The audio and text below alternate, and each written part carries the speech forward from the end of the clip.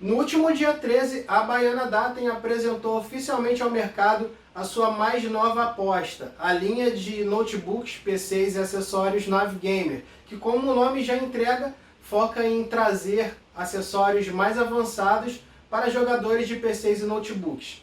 Aqui a gente vai ter hoje o review do Navigamer Lunar, notebook mais simples da linha, que a marca gentilmente cedeu para a gente por alguns dias para a gente poder ter uma noção de como funciona e como é que é o desempenho dela. Então, vamos conversar sobre essa máquina aqui. Fino, leve e com design sóbrio são as principais características do Navigamer Lunar. Nesse sentido, a gente tem um acabamento em plástico, na sua grande maioria, e soluções bem interessantes que foram implementadas pela marca. Nesse sentido, a gente tem aí uma distribuição em 3 áreas das portas de conexão, sendo na esquerda disponibilizado um RJ45, uma USB 2.0 e um combo fone de ouvido e microfone, além de, obviamente, uma entrada para trava de segurança. Já na direita, a gente tem uma entrada para cartão SD e 2 USB 2.0. Obviamente, como você deve ter percebido, faltou coisa aí de citar. Isso foi colocado na parte de trás. Além das grandes saídas de circulação de ar, a gente tem também 2 DisplayPort, uma HDMI, uma USB tipo C e uma entrada para carregador, que é o padrão dele. Isso fez com que o aparelho ficasse com uma boa distribuição de portas e, obviamente, uma inteligente forma de colocar os cabos na sua mesa. Alguns deles não vão aparecer e ficam mais agradáveis ao ver. Indo para a parte de dentro, a gente encontra de cara uma tela Full HD de 15 polegadas, que nessa versão aqui, que é a mais simples, tem taxa de atualização de 60 Hz. Passando para a junção entre uma peça e outra, ou seja, entre teclado e monitor, a gente encontra um pequeno grupo de LEDs, na qual permite a gente saber se a máquina está ligada ou desligada, se o Caps Lock está ativado e se está carregando ou não. E esse carregando ou não tem 2 cores, vermelho quando está com a bateria abaixo de 100% e verde quando está carregado. Mais um pouco abaixo, ainda na linha ali dessa linha de LED, a gente tem 2 botões. Um maior para ligar a máquina e um menor que serve para você ativar as fãs do notebook. Cabe observar que esse fã não é necessariamente ativado por meio físico. Ele tem um sistema inteligente que faz com que ative essa fã quando seja necessário. Mas ele também te dá a opção de ativar sozinho. Passando mais para baixo, a gente tem um teclado ABNT2, algo que é bem importante com relação a máquinas disponibilizadas no Brasil e que às vezes a gente acaba não encontrando em máquinas gamers disponibilizadas por aqui. E um diferencial é que ele traz uma calculadora alinhada no lado direito. Obviamente, essa calculadora, por ele ter poucas bordas com relação à tela, obrigou ele a ter um teclado um pouco mais estreito. E aí a gente perde aquela última linha lateral que teria o Enter, o ponto e etc. Isso foi redistribuído, algumas foram para ali na parte de cima da calculadora, e o teclado ficou todo juntinho, não tem espaço entre teclado numérico, alfanumérico, Enter e outras teclas. É algo que se acostuma, mas no começo estranha um pouco. Mas foi uma solução interessante e que permitiu a marca manter ali o teclado numérico, algo que é bem interessante para quem utiliza tabela de maneira mais forte. Falando especificamente do touchpad, a gente tem uma textura que segue o padrão do notebook. Ele não é liso como, por exemplo, um MacBook, e isso dá uma certa segurança na hora de você deslizar o dedo e poder utilizar interagindo com o sistema. Um outro ponto interessante é que você não depende exclusivamente de desligar o mousepad, o touchpad, diretamente pelo teclado utilizando a função. Você tem também um atalho implementado diretamente no touchpad, que você pode clicar batendo 2 vezes no canto superior esquerdo dele. Com isso, um pequeno LED é acendido indicando que ele está desligado, e aí você pode utilizar o mouse gamer para fazer a sua jogatina. Afinal de contas, a gente sabe muito bem que na maioria dos jogos Não rola fazer jogo com touchpad, não é mesmo? Trazendo um hardware que pode chamar a atenção de alguns por ser não tão avançado, a nave Gamer Lunar que a gente recebeu é a versão mais simples, como eu disse aí na introdução. Ele traz um processador Intel Core i5 de 10ª geração, combinando com uma NVIDIA GeForce GTX 1050, uma memória RAM de 8 GB e um armazenamento híbrido, na qual eles colocam um SSD de 256, que é proprietário, e um HD normal de 1 TB. Esse conjunto aí é o suficiente para você jogar a maioria do que você tem aí no mercado hoje, especialmente se você não exige muito dos gráficos. Para vocês terem uma noção aí, a gente jogou alguns dos jogos mais interessantes que tem no mercado e que a gente tinha no nosso catálogo também. Então a gente rodou Asphalt Legends 9, que está na Windows Store, Tom Clancy's The Division 2, Overwatch, que é da Blizzard, e o Gear 5. E no geral, o aparelho não deixou na mão. Ele conseguiu executar todos os jogos com certa tranquilidade e inclusive em casos onde ele conseguiu dar resultados no nível épico, que foi o caso do Overwatch. Ou seja, colocando tudo no máximo com a conexão no Wi-Fi e ele ainda conseguiu dar um bom desempenho. Isso mostra que o aparelho tem capacidade sim de rodar qualquer jogo, mesmo tendo um processador que não é um i7 ou até um i9, mas não deixa na mão. Outro ponto que vale a pena citar aqui é que a gente também aproveitou para testar renderização de vídeo, porque a gente sabe que quem compra notebook gamer não necessariamente quer só jogar, quer também fazer produção de vídeo e conteúdo. Nesse sentido, a gente aproveitou o Premiere 2020, que saiu recentemente, e renderizou um vídeo que a gente já tinha antigo aqui com poucas alterações.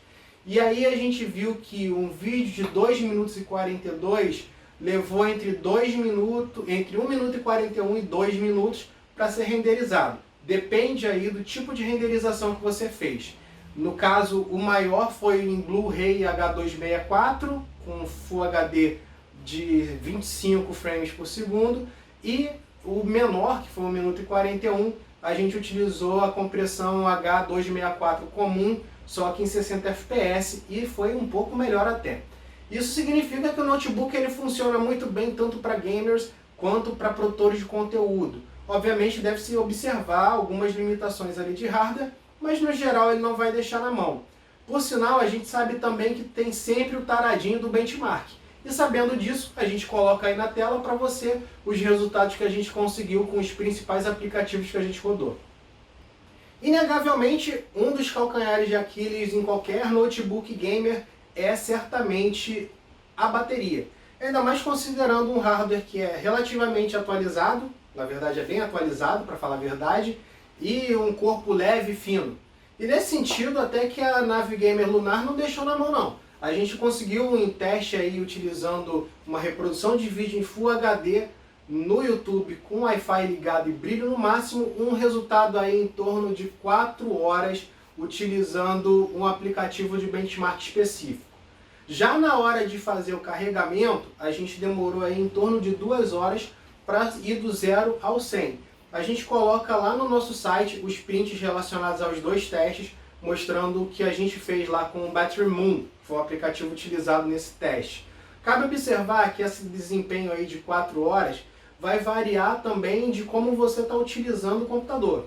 Obviamente, se você coloca com menos desempenho, no modo econômico, e que você está utilizando com menos brilho, com certeza você vai ter um resultado melhor. Nosso resultado aqui utiliza uma situação um tanto quanto extrema e, sinceramente, ficou até próximo de alguns notebooks que não são gamers e têm hardware mais simples no mercado atualmente. Um outro aspecto que pode ser calcanhar de Aquiles em alguns notebooks é justamente o conjunto de microfone e webcam. E nesse sentido, a nave Gamer Lunar traz aqui uma câmera HD e um conjunto de microfones que atendeu até que bem. No geral, a gente conseguiu fazer uma gravação aqui de vídeo que eu vou colocar mais para frente para vocês verem, e o resultado foi bem satisfatório. O único ponto que me incomodou particularmente um pouco foi o fato de que ele acaba saturando um pouco mais. Então ele pode incomodar especialmente aquelas pessoas que gostam de cores mais frias. Um ponto que é válido observar é que normalmente essas webcams são feitas para o básico, para você fazer uma chamada de vídeo quando você não tem uma webcam melhor ou coisas do gênero. E no geral a gente pode dizer que funcionou muito bem. Obviamente a gente indica se você vai utilizar, fazer uma ligação de vídeo, por exemplo, ou jogar no meio da rua, no meio de algum ambiente aberto, que utilize um headset que, por sinal, como a gente já disse, é plug duplo ou um USB para ajudar na melhor experiência. Mas no geral, ele não deixou na mão tanto na webcam quanto no microfone, e a gente vai mostrar agora um pedacinho do vídeo que a gente fez aí com ela para vocês verem como é que foi. Bom, esse é o teste de gravação utilizando o Navigamer Lunar. A webcam é HD só, a resolução, e esse é o resultado que você vai ter utilizando a câmera nativa e o microfone nativo. Eu estou aqui com o braço esticado, na altura aí do notebook, e eu estou numa distância razoável da câmera, como vocês podem ver. A câmera é posicionada na parte superior, como eu já disse, e esse é o resultado de captura tanto para o microfone quanto para a câmera. Um outro ponto que chamou nossa atenção foi a aposta da marca em trazer um aplicativo chamado Navigaming Center. Apesar do nome estranho, esse aplicativo traz praticamente todo o controle da sua máquina. Ele é dividido em 4 setores e a gente mostra aí em detalhes no vídeo. Basicamente, o que a gente tem é um aplicativo dividido em 4 seções, que é o Easy Switch, o Keyboard Backlight, o Power Settings e o System Monitor. Cada uma dessas opções te permite fazer algumas alterações no sistema. O Easy Switch permite que você ligue ou desligue o teclado, faça alterações de display, colocando inclusive alterações de temperatura no monitor, por exemplo, para quando você está jogando, quando você está vendo um vídeo, quando você está lendo, que aí fica um pouquinho mais amarelado, e outras configurações. Já o Keyboard Settings, o Keyboard Backlight, a gente tem alterações com relação à luminosidade do teclado. A gente pode fazer configurações das mais variadas possíveis, escolhendo as cores que vocês colocam no teclado, e aí dependendo do tipo, você altera as regiões que você seleciona ali. E se você quer de uma forma mais tranquila, mais rápida, mais clara, mais escura, você tem todo um controle sobre a iluminação do teclado. Falando do Power Settings, como o nome já diz, você tem os acessos a configurações de energia do notebook. Então você consegue colocar ele no modo econômico, no modo standard ou no modo game. Um ponto interessante é que no modo eco ou econômico e no modo standard, que é o padrão, você tem a possibilidade de utilizar uma maneira avançada de configuração, na qual você define se você quer um notebook mais silencioso ou mais barulhento, o que significa que ele vai conseguir refrigerar melhor, graças à turbina que ele tem no lugar do cooler. Além disso, a gente tem para fechar o System Monitor. Essa área do Navigamer Center, ele traz exatamente os monitoramentos do hardware do aparelho. Então você consegue ver CPU, GPU e HDs. E aí você, além de memória, obviamente.